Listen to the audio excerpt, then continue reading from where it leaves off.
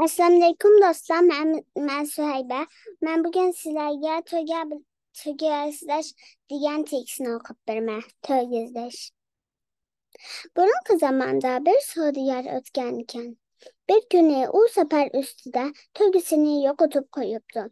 Savdogar hamma joyni degudek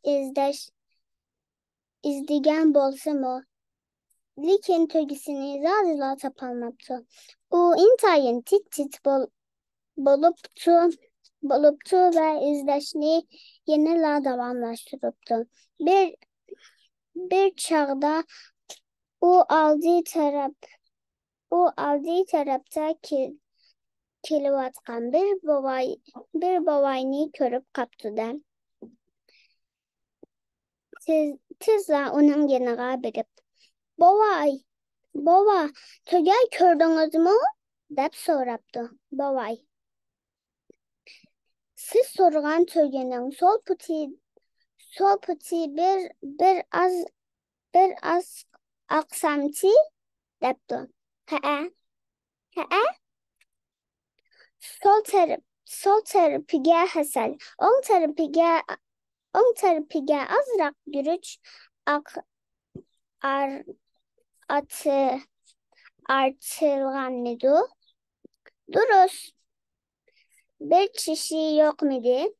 Den şundaq, onun nereye ketkenligini gördünüz mü? O tarafını bilmeymen, depti. Meni aldıma, depti savdogar gazaplanıp. Tögemleyeceğiz mi? Sen yokutup koyupsan. Bolmasa şunçu valla belgelerini kandak bilirsen, nimige kapa bolursan. Sözümün ahırını anlamamsan, depti babay. Temkinlik bilen. Hilerakta men yolda tögenin izini gördüm. On tarafındaki izni çonkur. Sol tarafındakini teyez ikenlikini, onun sol pıtını azrak kılsayganlıkını bildim. Mendin yana boylagan sol tarafındaki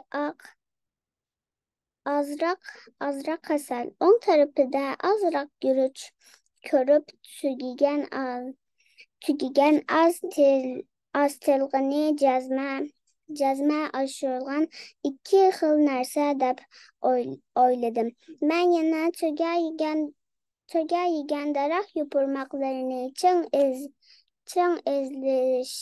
izlerinin kandıqını körüp onun bir çeşini kelmegini bildim. Töginin zadinaga ketkenlikini kelsek, sen onun izlerine karab izligin. Savdogar bunu anlap, babayının